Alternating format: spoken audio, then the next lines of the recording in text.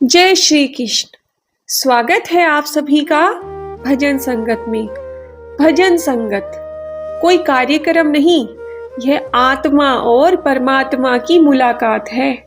जहाँ नाम गूंजता है वहाँ भाग्य बदलता है, जहाँ कथा बहती है वहाँ मन पवित्र होता है।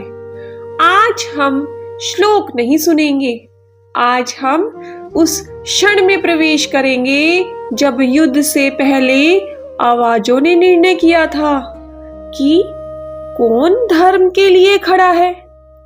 आज युद्ध तलवारों से नहीं, डिसीजन से लड़ा जाता है। हर दिन हम शंख बजाते हैं जब हम सच चुनते हैं या झूठ, ईमानदारी चुनते हैं या शॉर्टकट।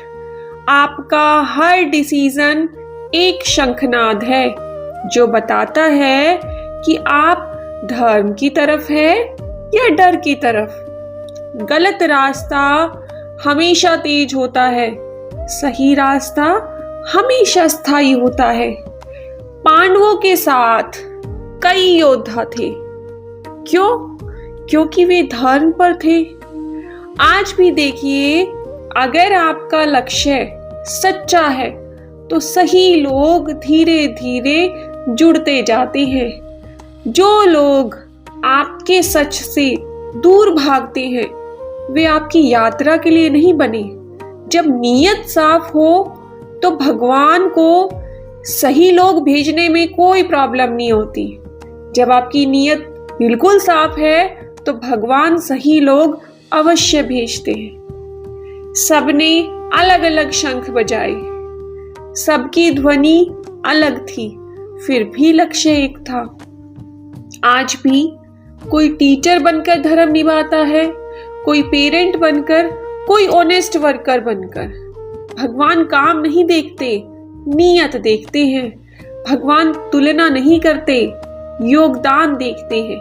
आइए हम डे 16 की गीता यात्रा शुरू करते हैं। पिछले श्लोक में हमने देखा था श्री कृष्ण और अर्जुन ने अपने दिव्य शंख बजाए। यह केवल युद्ध की घोषणा नहीं थी, यह था धर्म का उद्घोष। अब आगे पांडव सेना के अन्य वीर भी अपने अपने शंख बजा रहे हैं।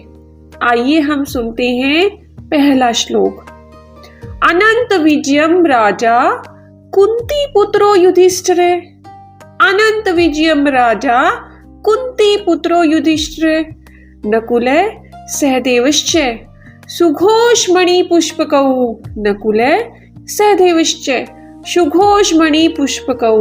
अब हम इस श्लोक को वर्ड बाय वर्ड समझते हैं। अनंत विजयम राजा कुंती पुत्रो युधिष्ठिरे।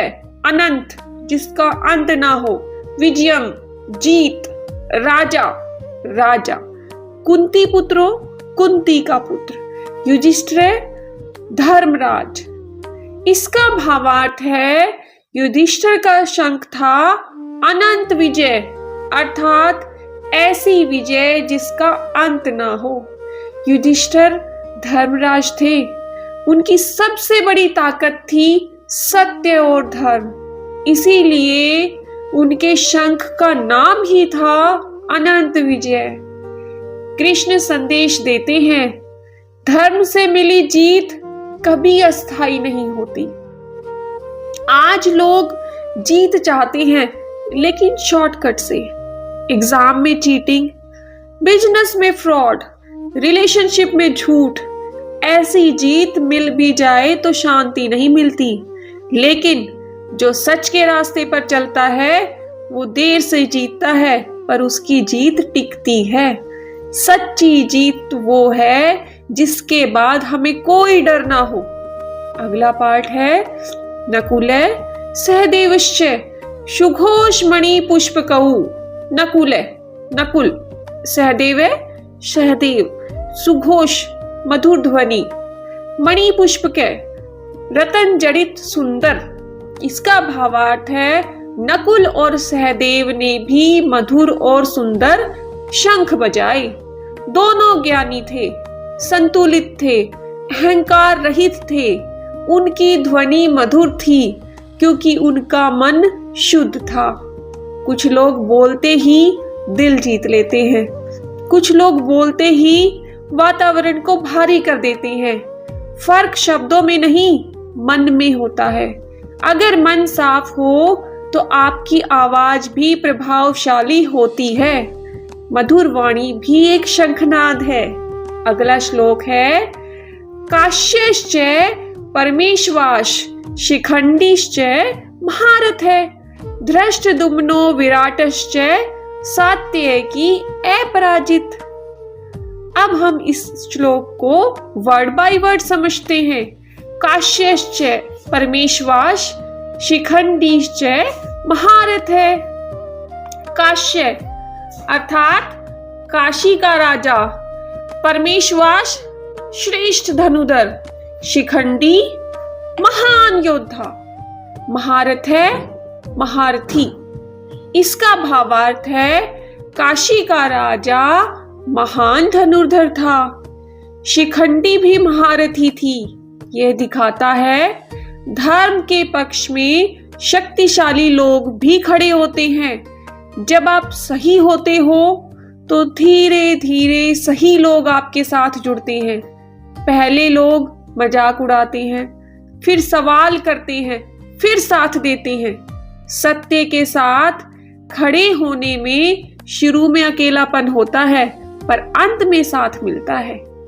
धृष्टद्युम्नो विराटश्च सात्यकी अपराजित। इसका भावार्थ है धृष्टद्युम्न पांडव सेना के सेनापति, विराट राजा विराट, सात्यकी अजेय योद्धा, अपराजित जिसे हराया ना जा सके। इस श्लोक का भावार्थ है ये सब महारथी थे, अपराजित जिन्हें हराना कठिन था। लेकिन याद रखिए वे अहंकारी नहीं थे, धर्म के लिए लड़ रहे थे। स्किल होना बड़ी बात नहीं, स्किल का सही उपयोग बड़ी बात है। डॉक्टर अगर लालची हो जाए तो विनाश कर सकता है, लीडर अगर स्वार्थी हो जाए तो देश को बिगाड़ सकता है। प्रतिभा का मूल्य तभी है जब वह धर्म के साथ हो। अगला श्लोक है, द्रुपदो द्रौपदाश्च सर्वस्य पृथ्वीपते सौभद्रे महाबाहु शंखान दद्मु पृथक पृथक।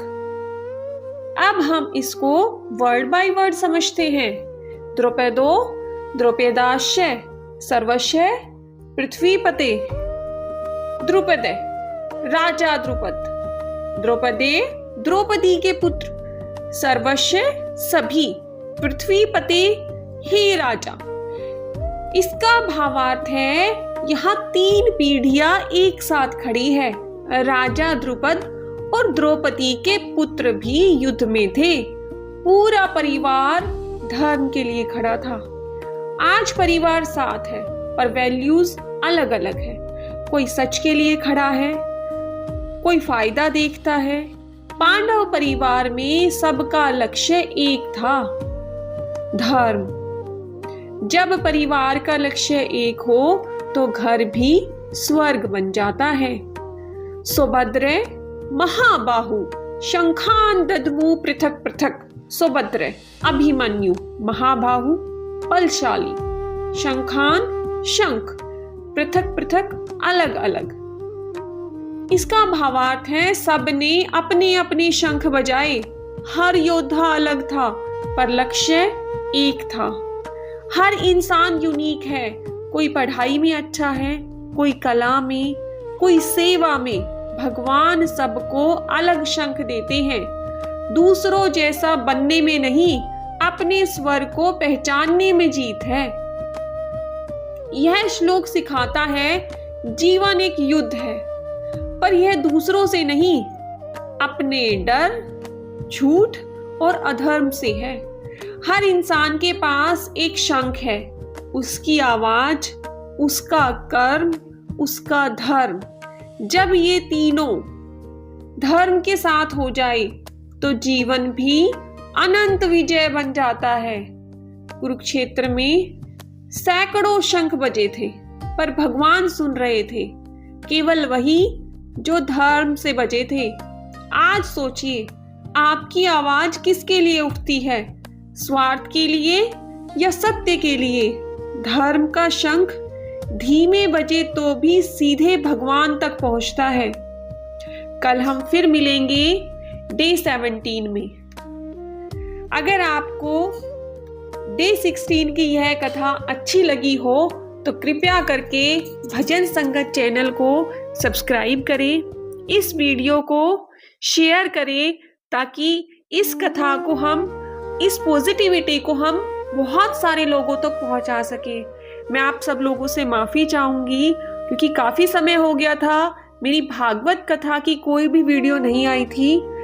बिजी लाइफ की वजह से या ऑफिस के काम, घर की जिम्मेदारियों की वजह से मैं ये वीडियो नहीं बना पाई। कोशिश करूँगी कि 3 से 4 दिन में मेरी वीडियो आप तक पहुँचती रहे। धन्यवाद। राधे राधे। जय श्री कृष्ण। जय श्री कृष्ण।